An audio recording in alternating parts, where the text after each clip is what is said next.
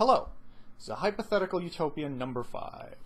So, one of the purposes of this series, this hypothetical utopia, is it's a future projection of possible worlds, better than our own. Currently, it's an exercise of imagining, the best of all possible worlds, or, certain good worlds. Now, usually, what I did before was I looked at, like, Brave New World, and I talked about mega consciousness, and these are sort of hypothetical ideas that may or may not happen, and in some cases we'd prefer them not to happen, but those are more highly theoretical, highly, I'm not even certain how I necessarily stand on some of those other worlds that I talked about.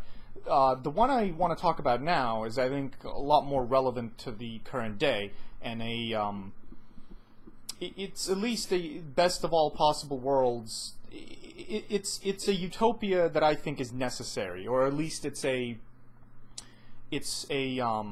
direction for our societal evolution that I think is necessary, that I think is good, and I would generally be on board with this one, is what I'm trying to say, unlike the other ones necessarily. So, non-profitism, that's what it is. The so to just explain this is I'm an anti-capitalist. There's no secret about that. I've been an anti-capitalist for a while, and I'm just trying to. I've gotten to a point where I'm pretty. I've solidly figured out the root of my anti-capitalist narrative and where it comes from and why it holds and why it makes sense. The purpose of this is to criticize the idea of profit, the idea of profit itself, the urge to try and acquire more resources for yourself or for its own sake. That's the idea with this, because the narrative, in simple terms, is that in a system where every agent and every institution does that is a non-ideal system, or it is a sub-ideal system. So it's not a utopia. So a utopic direction would be one where we eliminate that pattern, and instead of being for profit, we'd be a system of agents that are not for profit or for welfare, for example. That's usually the distinction I make between it's either for profit or for welfare. I'd prefer for welfare.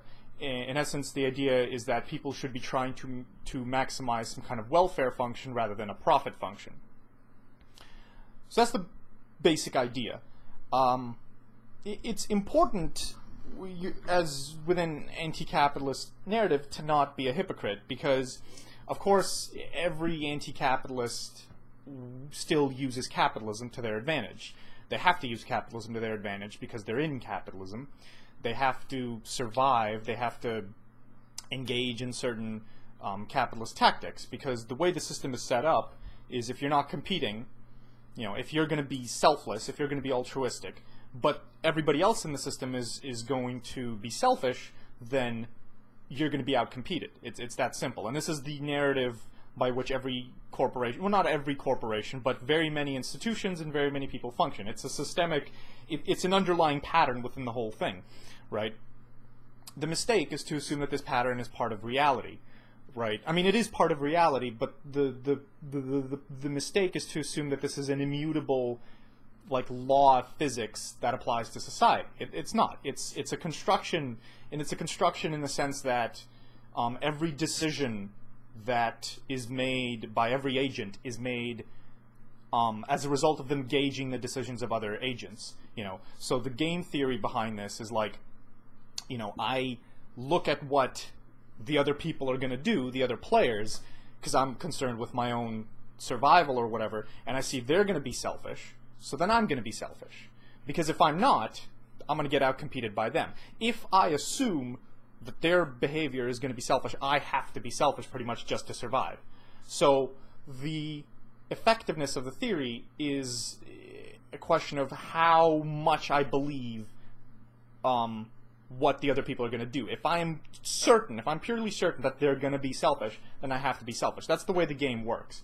the idea with non-profitism is to imagine a different game.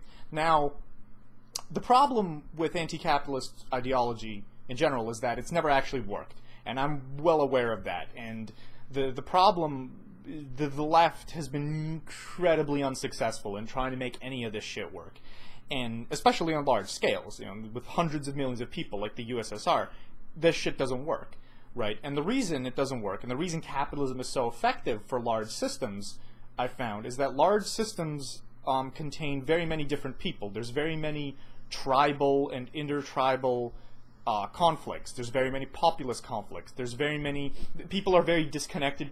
Well, they're not disconnected, but there's greater degrees of separation because of how many variables are involved. Some people are racist. Some people are sexist. Some people, it's like, we're fishermen or we're farmers. We don't care about those businessmen over there, and the businessmen don't care about the farmers. And there's just this disconnect, this clear disconnect. And when you have that many people, they have no common identity that unifies them all in a solid, in such a solid way as to motivate them to work, other than by waving a carrot in front of them and whipping them their backs. There's no other way to get them to cooperate, other than by the allure of profit and the risk of their own destruction.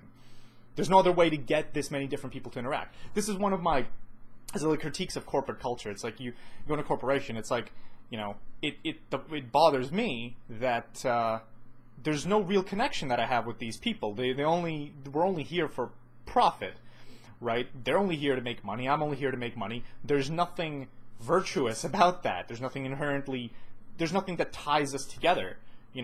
There's nothing common about us. I don't necessarily. It's not that I don't feel empathy for them, but it's that, we're not on the same team. We're not really on the same team. We're just temporarily on the same team so long as it's profitable. As soon as it's not, we won't be on the same team anymore. It's incredibly cutthroat and superficial, right? Personally, that doesn't appeal to me, but it's more than just personal, because the alternative would be way better. And but I'm under no illusion, basically. I've understood recently, why capitalism is so effective on large scales is because you just don't, there's no other way, at least in the current system, in the current world, to get people to play ball other than to whip their backs and stick a carrot in front of them. There's no other way to do it. It's the most effective way. That's why it's worked. And that's why it's worked for so long. It's not the best way to get people work. Theoretically, if people could, unify in a different way, as they can do and tend to do in smaller societies and some smaller countries, then they could, if they could do that, that would work too. But that's very hard to do when people don't want that kind of unification. So I'm under no illusion about the effectiveness of capitalism. Nonetheless, though, I think that the recognizing the issues of it and recognizing the greater alternatives is still important. That's the whole purpose of this, AHU. So, how would non-profitism work? Well, I would begin the argument by making a very sharp and clear distinction between profit and welfare. Now, the ideologies in existence today there are certain ideologies that try to equate the two. There's certain ideologies that try to legitimize profit and legitimize selfishness and so on and so forth. All of them are nonsense, because the only way to get them to work is to make assumptions about human nature that are unsound, and to treat the system under these unsound assumptions. And with these assumptions, then you can equate the profit function with the welfare function, right? But if you actually look at what people like Darwin and Adam Smith said, the actual welfare function is not something that's determined by people's desire to profit. It's something that has to come from very sort of emotional place. And I think it comes from just the empathy virtue and alone, and the empathy virtue extended altruistically to all humans. There's no other place where that could come from, right? Now that is a fundamentally that is already a very different vector for making ethical decisions. Just to brief aside, here's the visualization of the difference between the profit function and the welfare function. But imagine a surface, and human society where it currently is a point on this surface, and there is a vector that determines where the point travels next. Now we want the point to travel to the highest mountain on the surface. It's a weird, uneven, shapely surface. Now we want to travel to a given point. The basic idea is that the profit function will draw one path and the welfare function will draw another, and they'll take it in different directions. That's the basic idea behind it. They're different. They are different paths. Now the two paths might coincide for a short time. They might even intersect very many times. They might even intersect infinitely many times, but the problem is, at a certain point, the further we go through time, they will diverge, right? And they will diverge precisely because profit is not a means to an end if you advocate for it.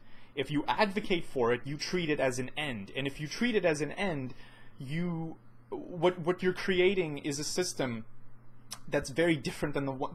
What you're creating is a system that goes wherever profit wants it to go, because profit is actually a blind phenomenon. The whole point here is that you can't actually just equate it off the bat with welfare. Like the idea is like welfare is something that is determined with emotional heuristics and intrinsic value and heuristic assumptions and our understanding of what it means to make life better for people. Profit is something that is strongly reduced and measurable, right? But there's no reason that the two things should be the same, right? The way I see it is, again, imagine a herd of sheep walking, through a cliffside. Profit is just a blind phenomenon that, it's like it tries to get the sheep to go wherever. They could go towards one cliff or another, or any direction that they choose to go, the sheep will go. Right? Profit tries to go in every direction at once, basically. And whichever direction is profitable, makes it money, that's the direction that it goes. But welfare function is a function that actually tries to figure out what the correct path is, in explicit terms. Profit doesn't do that. Profit is like, it's a way around that by trying to, with some sort of math and some, lazy assumptions and strong reductionism, it's to say that welfare is found just by following profit. But there's no way that that could work. Because, again, that only makes sense is if you make assumptions that simplify the system in such a way where the way the agent gauges profit is the same way in which they gauge welfare, right? The way in which human beings think of profit is the same way that they think of welfare, but that's not how human beings actually think, because welfare is something explicit. Profit is something that's abstract. It means absolutely nothing. It means completely, profit's something that's arbitrary, in other words. It's something that means very different things for different people. Some people want a fancy car, some people want a big house, some people want this, some people want that. Profit to them has an allure because it's a means of gaining whatever material wealth they want, but in principle, it means something completely different for different people, right? And it's also different because it's different in a sense, it's not necessarily different in the sense of what material wealth they want, but it's a difference in the sense of where they want the material wealth to go. With profit, a person wants the material wealth to go to them and not other people, right? That's the whole point of profit. It's, I want material wealth for me. So what you're doing to the herd of sheep in that point, is you're pulling them in your direction. And this is what every institution does that's for profit, is it pulls the herd in its direction. Now, whether that direction is actually towards a cliff or not is determined by external factors. But the point is, the way profit works is it's always just pulling things in its own direction and towards material wealth. Those are its only two features. It pulls things more towards materialism, and I mean like ethical materialism, not reductionist materialism, and it pulls things towards its own, towards the direction of its own, of the individual who is trying to profit. basically the productivity of that individual. It's productivity for productivity's sake.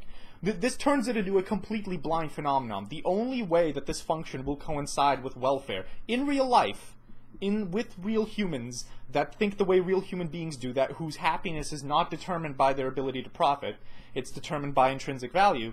The only way that that's going to coincide is if the person who's interested in profiting is also the only way those two things coincide is if you're looking at a very short time period, and if the person is trying to perfectly gauge welfare at the same time. But if they're perfectly trying to gauge welfare, then they're effectively non-for-profit anyway, because they're not actually looking at the profit vector, they're looking at the welfare vector. So that already defeats the profit motivation. Again, the whole thing is if you're setting up profit as an end, you are perverting the incentive. That's all you're doing, because you can't just treat it as a quantity, as a vector that somehow naturally falls in line with the welfare function. There's no objective reason why those two things should always coincide. You have to take it on faith that they do. The only way you can make them coincide is by making, again, unrealistic assumptions that the way people gauge profit and the way they gauge welfare is the same. But that's not how it works in real life, because in real life, people don't make those kinds of optimization decisions. In real life, gauging welfare and gauging profit is different. Gauging welfare relies on an explicit look at the variables that are hard to measure, right? And keeping in mind that anything that's strong reductionism is limited. Gauging profit in real life is just looking at the numbers of exchange value. Those two things are not the same when you take reality into account of how human beings make decisions. And this is why the two paths will differ. I don't know if I explained that well, but it's just it's frustrating to try and explain this what should be incredibly obvious, which is that in the real world of real humans and real decision making, you cannot equate you cannot equate the profit and welfare functions for an arbitrary time interval.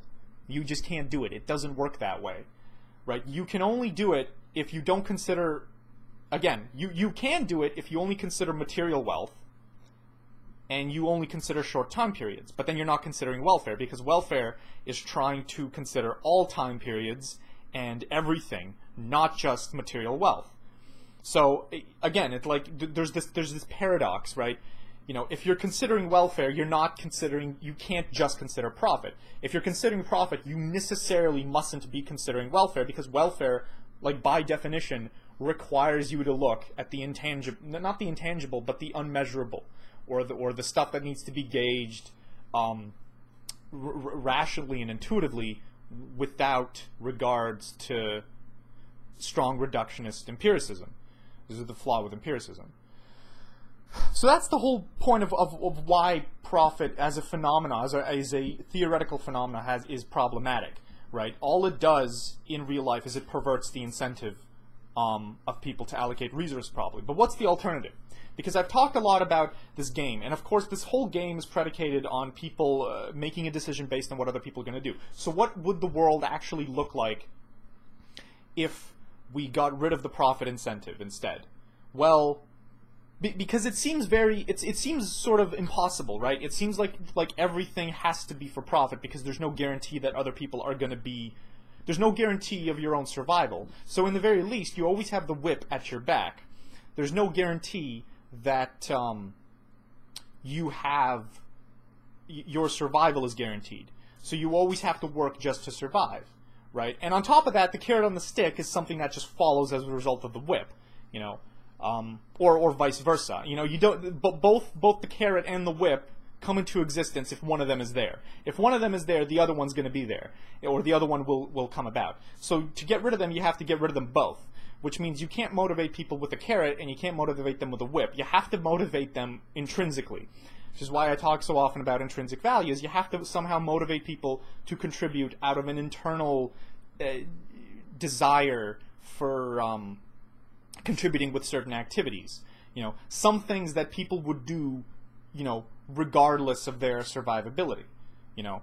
So the goal is to sort of take survivability out of the equation. The goal is to, when a person enters the workplace and when they enter society, at no point do they have any kind of fear or desperation that they will be destroyed if they don't participate in a selfish way. They won't be. I mean, you could theoretically threaten people to be destroyed if they don't participate in the collective, if they don't contribute to others, but and that could still perhaps be, non-profitism, because people are contributing to others. The only thing is, I think that wouldn't necessarily work as well, and that reminds me too much of Stalinism, which, I'm not a fan of. I have family that lived in the USSR, so, you'd want to avoid that. The ideal here is to imagine a world where a person is never motivated by any kind of desperation. There's never any risk to them. This would be done through things like basic income or just a basic survivability guarantee, pretty much, for whoever, right? And it would have to be equal across the board. Pretty much there's no way that a person can be incentivized by material wealth, and there's no way that they could be incentivized by the risk of failure. And moreover, it's actually a lot deeper than just the risk of, like, you will die if you don't get a job. It's a future desperation thing as well, because when you're entering the workplace, at least these are my concerns. Maybe this doesn't apply to everyone, but I think implicitly it somehow does. It's not just that I need a job now to get money to do, enjoy basic existence and needs and even basic luxuries, just to be sort of on par with other people, like a phone. It's more than that. It's the fact that if I don't get a job now, I won't be employable in the future. And in the future, when my money runs out and I'm going to need to get a job, I won't be able to do that because I haven't worked in X amount of years.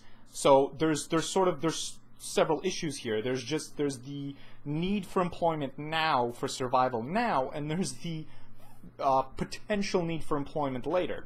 So you need employment now so that you'll be employable later. In other words, the system punishes you for not playing perfectly the entire time, or for not participating the entire time. It punishes you more, with every bad move you make. There's a term for that in game theory, but it's like every bad decision makes things harder and harder, rather than. So again, the goal with non-profitism is to eliminate these things from reality and to eliminate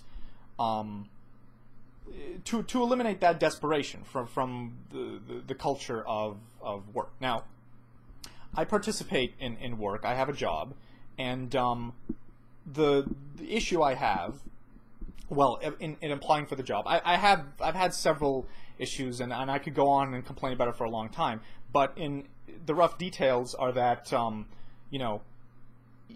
even if it's a relaxing job, even if it's not that tough of work, there's still this barrier in it, which is that I can sense very much that the only, again, like I said, the only thing tying me to these people is the fact that we're here to profit.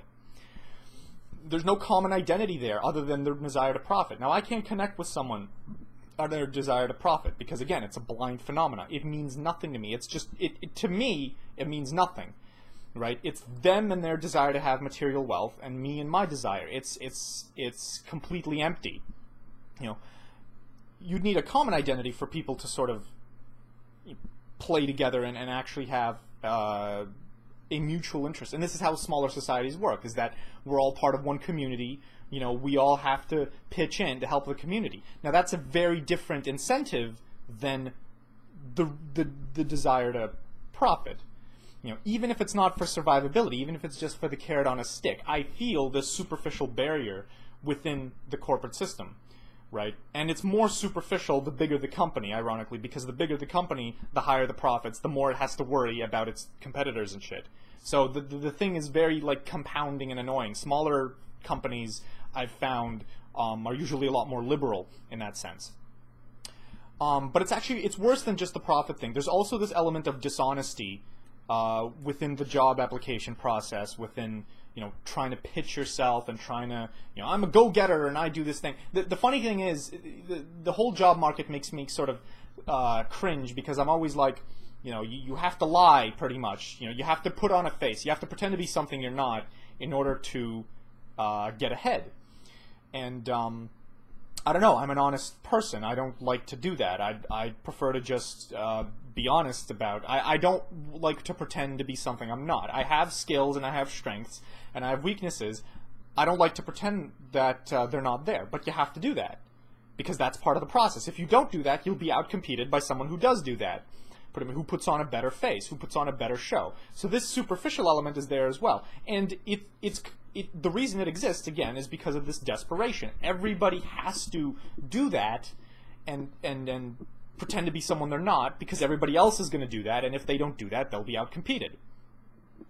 You know, so... And if you don't do that and you don't get a job, then you're not going to be employable in a year's time. Your money's going to run out and you're going to be screwed. In a lot of ways, basic income would solve a lot of these problems, I think.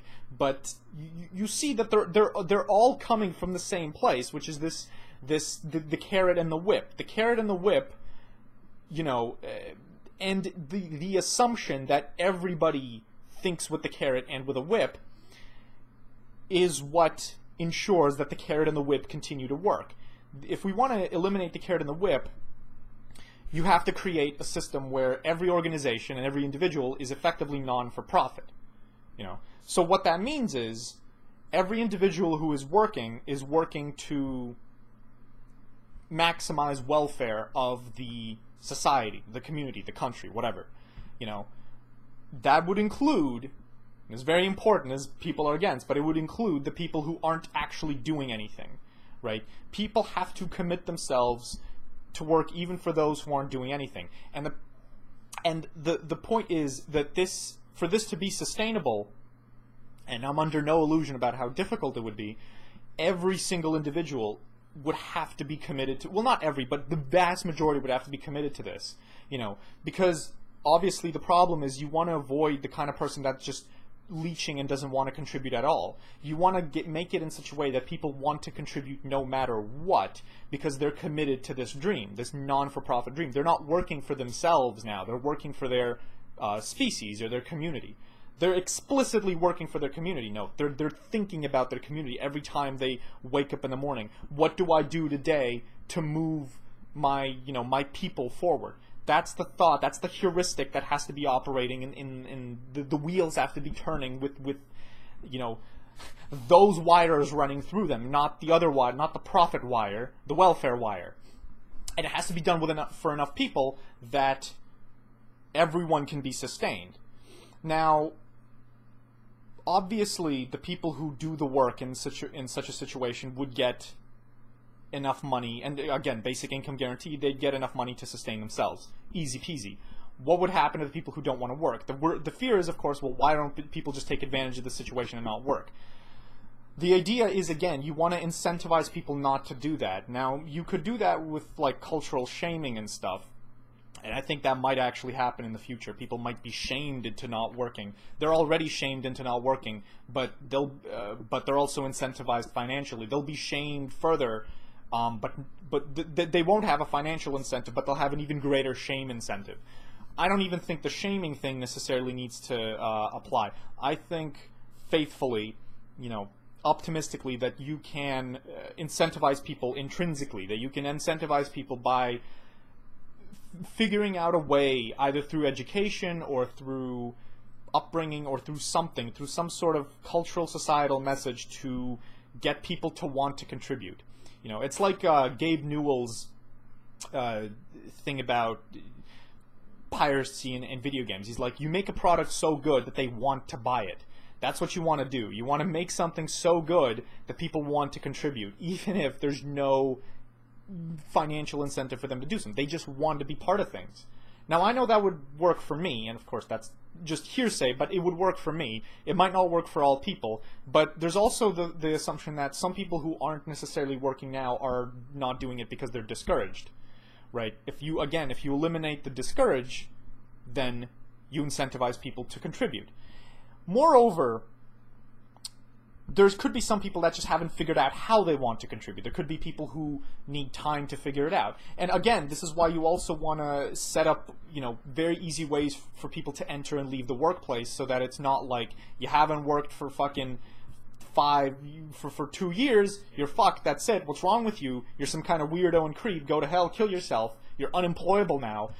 Relax that time period, make it larger, 5, 10 years, make work hours less. The whole shtick that liberals argue for, it's all valid. It's just the underlying thing behind it is you have to make it so that people aren't working for profit, so that they're working for the welfare of others. And the thing is, you need everybody to commit themselves to this, because if I'm working for the welfare of others under the assumption that they're working for my welfare, right? So if I wake up in the morning and I'm like, well, I know that other people in the world are going to be working for my welfare, so I'm going to go to work and I'm going to work for their welfare because that's the right thing to do, and then we all work for each other's welfare, and then we're all happy, cheers, yay, everything works. Of course, it would still require wealth redistribution, because obviously I want to give better chances to the people who are discouraged and want to get them to try and enter the workplace and contribute. And moreover, even if they don't want to contribute, or they're taking a break or whatever they're doing, you still want to ensure some sort of minimal decent existence for them out of just pure empathy, right? There's no resource cost to us other than giving up certain, insane luxuries to allow something like that to happen. I know that's like an unpopular thing, that other people might be like, fuck you, who do you are to tell me what to do with my property? It's a thing is just like, people are entitled to a certain level of welfare, is the basic idea. That's the point of welfare function, is you're trying to maximize welfare for everyone, right? So this sort of entitlement attitude is actually sound within this system, because the idea is everyone's entitled to this, and that creates maximizes people's incentive to contribute purely for the reason of wanting to contribute. And again, the idea is if people are motivated to do that intrinsically, then they're gonna be more effective at whatever they do because they're actually motivated intrinsically. The whole thing requires, a lot of patience, with others, a lot of empathy, and a lot of just putting, basic little things that you like aside for the whole, even if you think other people don't deserve it. It also means sort of changing our idea of merit, because merit doesn't really apply here. The idea here is that everybody merits every single person is entitled to a good quality of life, and the vast majority of people have to commit themselves to that dream. Now, there's also another issue in this whole thing, which is that even for this dream to even work, there's going to be more people unemployed than there are going to be people working. This is always a fact. This is already a fact, because there's simply people who can't contribute for obvious, legitimate, their children, or they're old or whatever. But moreover, there's just not that many jobs that need to be done for this dream to be sustained, thanks to automation, which is on its way. Automating things like call centers, and automating restaurants, and everything that can get automated will get automated. All of manufacturing there'll be tons of unemployment because you don't need people to do any of those jobs. So the point of this is that sustaining the dream is becoming cheaper and cheaper, and as it's becoming cheaper and cheaper, there's really no reason not to make it happen other than just a sick idea of merit that people who don't work for it don't deserve it. It's going to get to a point where just for everyone to have an equal and high level of welfare, only a few people need to actually be doing work. Only some engineers and some programmers and, the scientists, of course, the academics. Those are the only, and politically, right? You're going to have very few people that actually need to work to make the dream sustainable. Now, of course, you might think, okay, well, how do we get those people to work? Now, I'm going deeper into the details, but of course I think that the people who are doing the jobs that nobody wants to do, or people who are putting lots of their time into getting the education, like doctors, for example, to things that aren't automated, or someone who has to work in the sewage or whatever, jobs that people hate, basically, jobs people don't want to do, should be incentivized more with some extra luxuries that the basic incomers don't get. Makes perfect sense. Just because there is a supply and demand issue here, and I think that the supply of these jobs will be low because people don't actually want to, people won't want to do those jobs because of the idea of people's preferences. People just don't like doing those jobs. And I, of course, think people's preferences are absolute, so the only way to change that is to incentivize them with some extra luxuries. Now, extra means more, but it does not mean, we're not talking about this rampant wealth inequality that we have in the States right now. Nothing like that. Just like, you know, not even 200% more, you know, just like an extra amount, a bonus, basically, but not a gargantuan sum as a result, because you don't, again, you don't want, you want to give them enough so that enough people want to do it, but you don't want to give them so much that people are incentivized to go into that job, because then you create the carrot and stick situation, the carrot and whip situation again. You don't want to recreate that. You want to avoid situations like that, so you have to give people just enough that they're willing to do it, but not so much that they wouldn't rather do anything else, pretty much. And of course, people could always take turns doing the jobs that nobody wants to do, and, you know, so on and so forth. And also, leadership roles. How would people work in leadership roles, like administrative roles, like heads of companies, heads of departments? You know, aren't people incentivized to do that out of the allure of more wealth? Yes, they are, but that you have to eliminate that again, because you'd have to redistribute wealth, and you want to avoid the carrot and the stick situation. If you give people a carrot, the carrot and the whip, rather. If you give some people a carrot, you're going to give other people a whip. That's the way the system works. So to avoid that, what you'd want to do is you'd want to, you'd want to compel people to participate in leadership roles out of a desire to serve the public, not out of a desire to do something with the power. So basically every leader would have to be like a reluctant leader, someone who doesn't want to do it because it's shitty work, it's not fun, it's responsibility, blah blah blah. However, they see it as a moral duty, and they're going to do it for a short period of time. It's very intuitive and clear if you really just think about it, right? But you want to avoid situations like Hillary Clinton, or people who want to be in leadership positions for the sake of being there, for the sake of vanity, or for the sake of, oh, I have all this power now. None of that shit. People have to hate being in those positions, but they have to be incentivized enough by the ethics of it as a sense of ethical duty to still do that work and do it well enough that things move forward. And again, I have faith that people can be incentivized thus. You just requires some, you know, changing of the system, but you'd have to whatever, for the system to work, you'd have to incentivize people in that way. And there are certain people who could definitely do that. And of course, you'd take turns in leadership positions.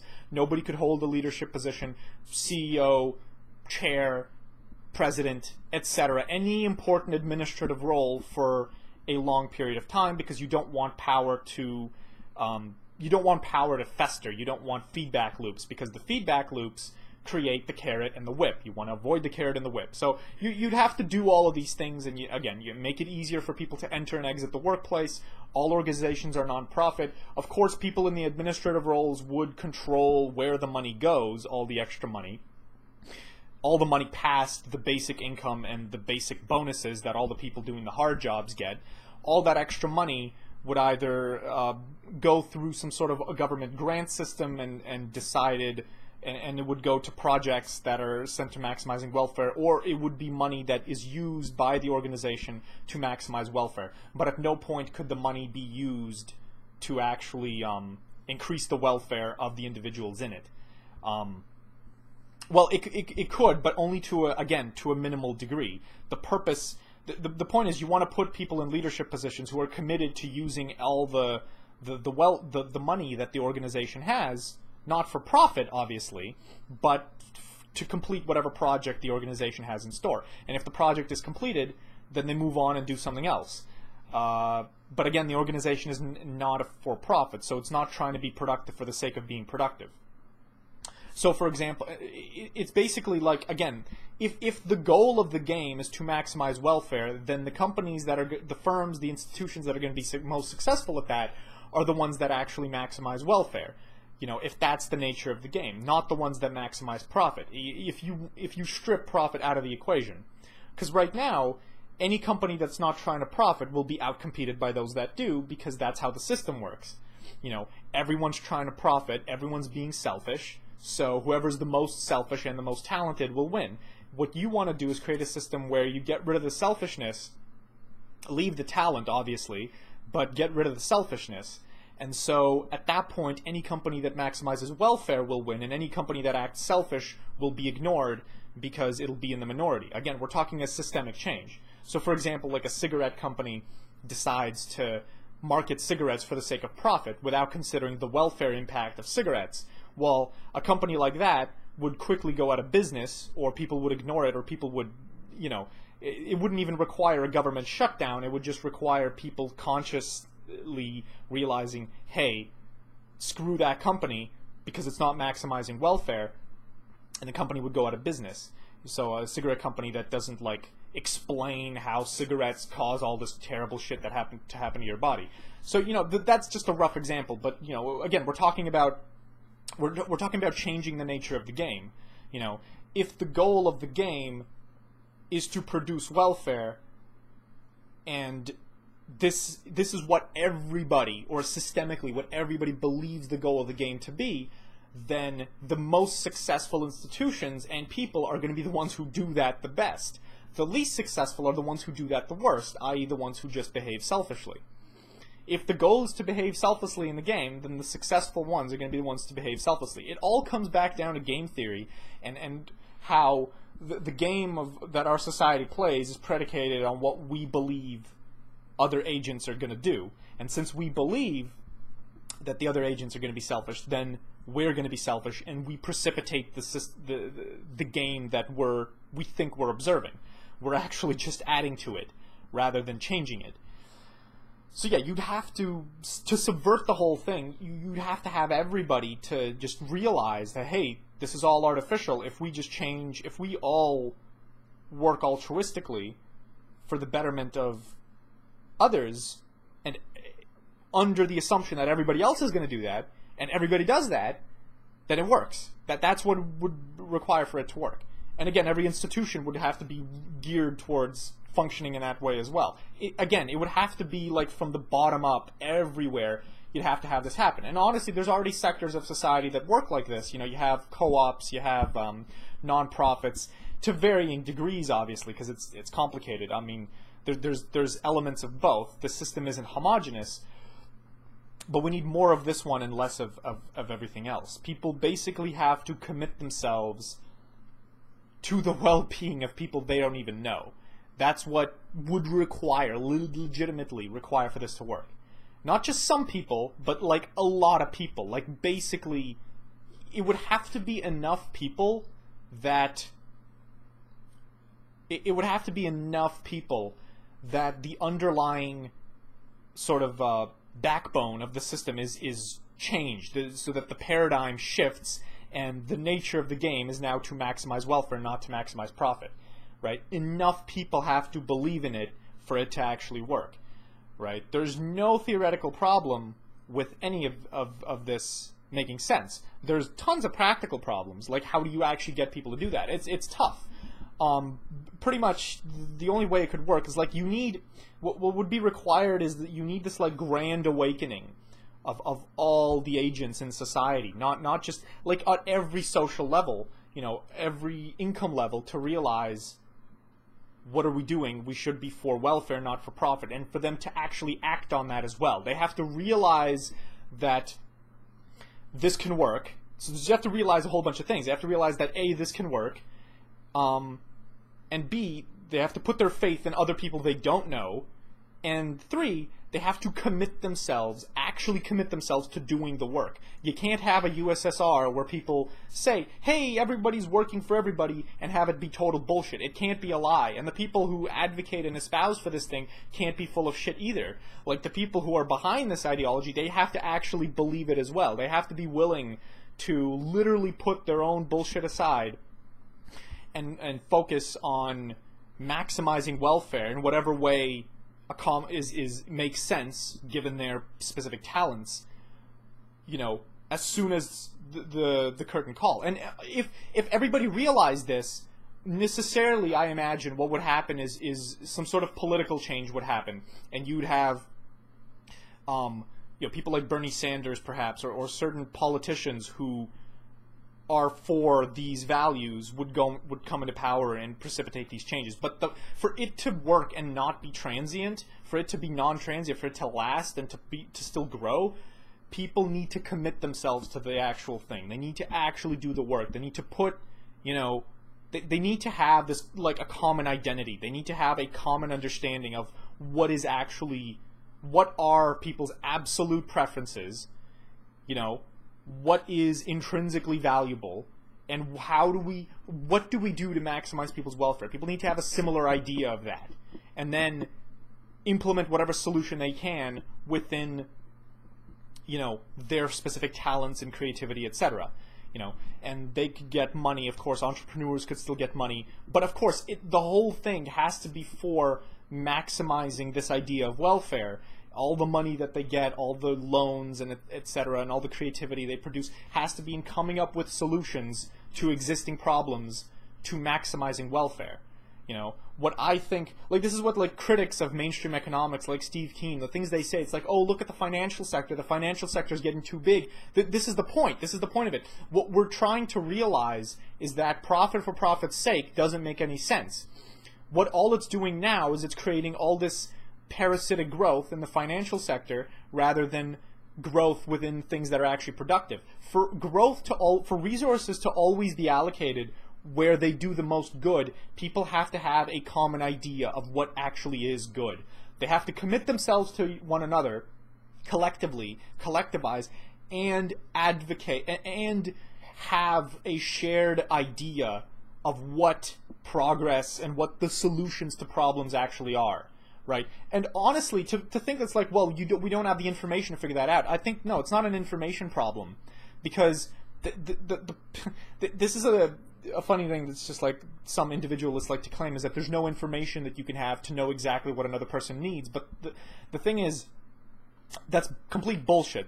It's bonkers diversive tactic, because you still use information based on what you think people need if you're part of a company. You make decisions based on what you think your consumers need. There's all kinds of companies that do research into consumer preferences and shit. That's not the point. The information limitation is inevitable, and it's always going to be there. The question isn't how much information we have. Obviously, we can't know everything that a person needs.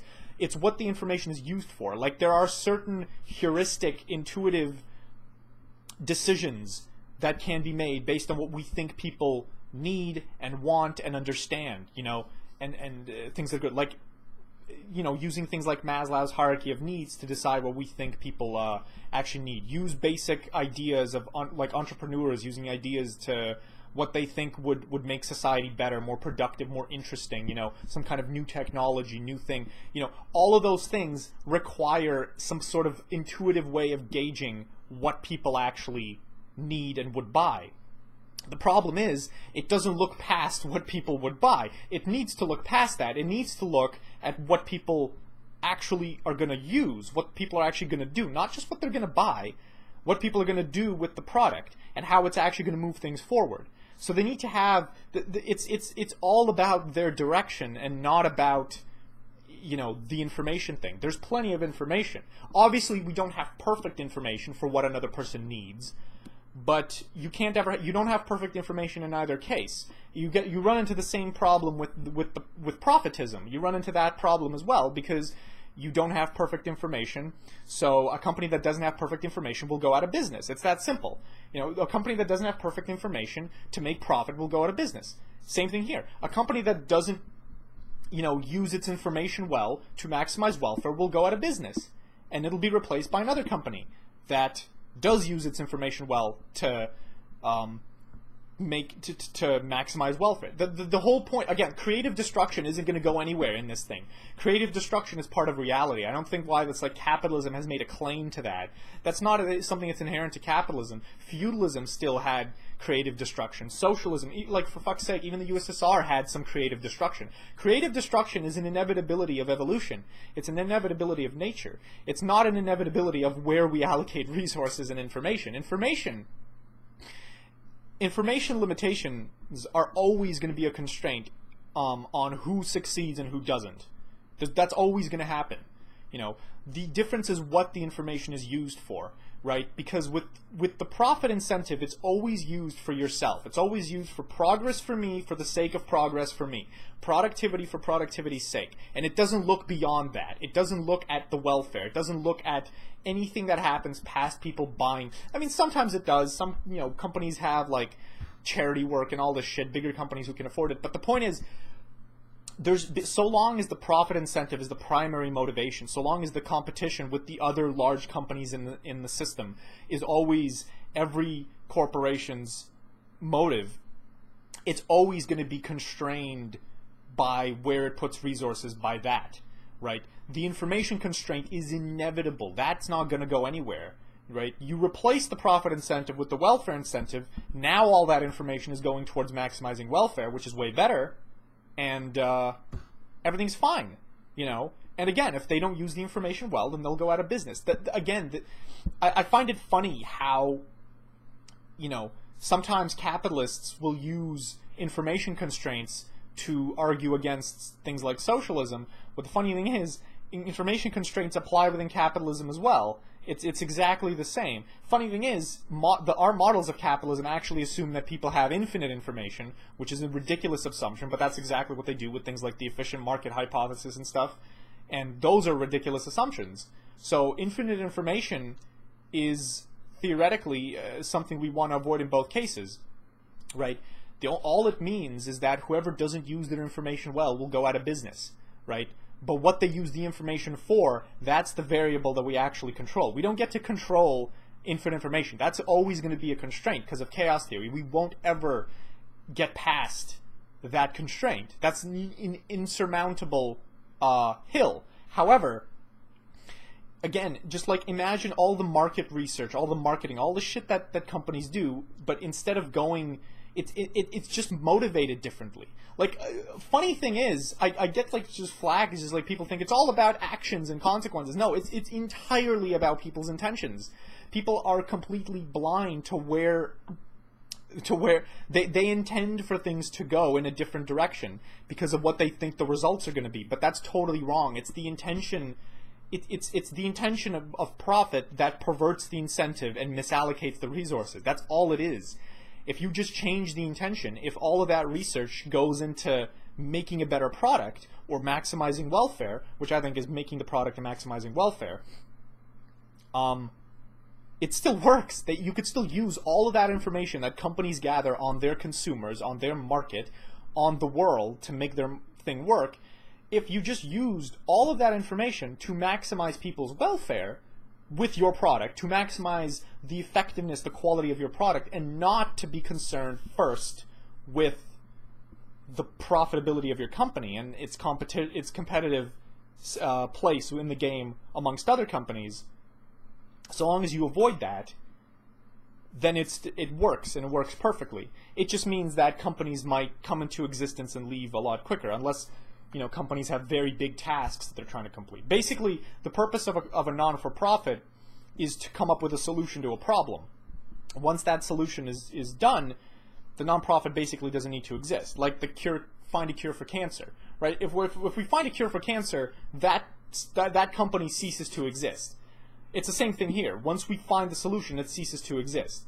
But that's not how profit works. Profit is a festering phenomenon. It seeks to keep itself alive as much as possible, right? For the sake of keeping itself alive. There's no purpose to it other than sheer existence of itself. We're trying to get rid of that. The purpose of productivity is to find solutions. As soon as a solution is found, GG, you're done. Move on. Move on and reallocate resources somewhere else. Go do something else.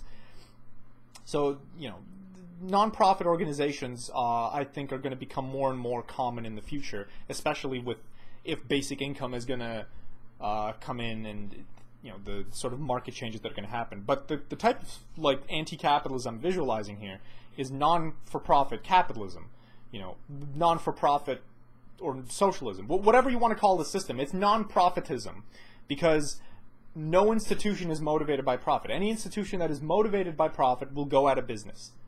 It's that simple. You know, you want institutions to not be motivated to profit, because they need to, you need to understand that the very idea itself, unless you want to redefine profit or whatever, do some funky shit, but the very idea of making money for yourself perverts the incentive, because that does not capture welfare. In reality, in the reality that we find ourselves in, that idea of profit does not capture welfare. It's a different function. So by treating the two functions as equal, all you end up doing is perverting the incentive. All you end up doing is ignoring the other variables that are important. And this is what people like Yanis Varoufakis and the, you know, the erratic Marxists and all that shit, this is what they say for that. You can't use strong reductionism. There's things that can't be measured, right? And this is the problem. You pervert the incentive by ignoring the things that can't be measured explicitly, but are still there and are still relevant. And that's the ultimate point. So again, if you think that I'm hypocritical here, by all means let me know. And by all means tell me if you think there's any foreseeable problems. All I know, that I'm pretty confident about, is that you know, all that Hayek, Mises, all the individualist thinkers, the economists who think that there's like a theoretical problem with non-profitism because of how market forces work is total bullshit, because they're making grandiose assumptions on how the market actually works that distance it from reality to such a degree that treating reality as if it works that way just ends up perverting the incentive. So that's what I think about that. Their models, their logic is wrong because they're making assumptions that don't actually hold. Now, their model isn't useless. I don't even think it's useless. It's still interesting. It's still an interesting model to get us, you know, thinking about the economy, you know. But it's ultimately, anyone who treats these individualistic market models as gospel truth of how reality works is fundamentally wrong. And it's not even that. People shouldn't even treat these models as if they have anything valid to say about the current world.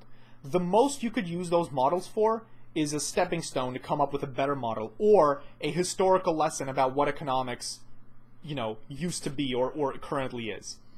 But at no point should you actually use those models as a way of gauging what's actually happening in the world today. Because by doing that, all you're doing is you're ignoring variables. All you're doing is you're ignoring important variables, perverting incentive, creating profitism rather than non-profitism, rather than welfarism. So I call this welfarism, is another word for it.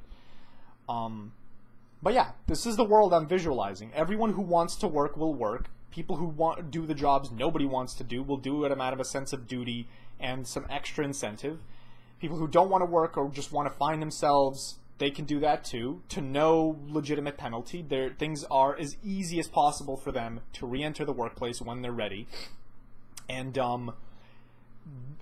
people are incentivized to participate in whatever way they can, and if they can't, because there's no practical way of participating, there's no demand for the jobs within engineering or services or anything, the only legitimate jobs are just administrative, and some programmers here and there, then those people can just sit around, have philosophical discussions, and create art.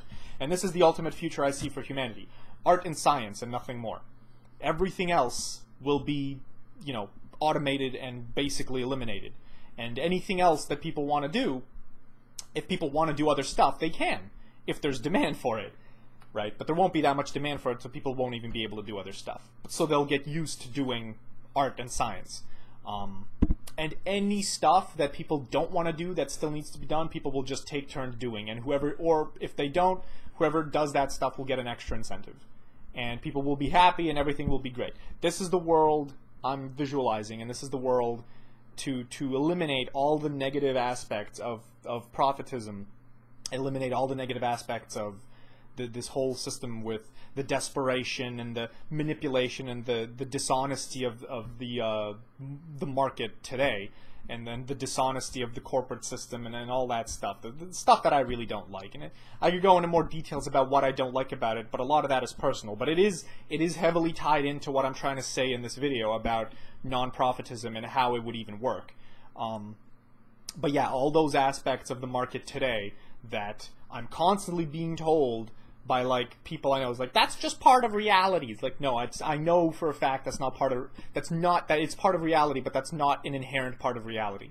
That is something that is mutable. We could change that if we want to. It would just require this grand awakening and ascendance that I keep talking about. But yeah, I'm an idealist, and I don't see any reason not to be. Anyway, cheers, and let me know if there's anything you didn't like about this. Farewell.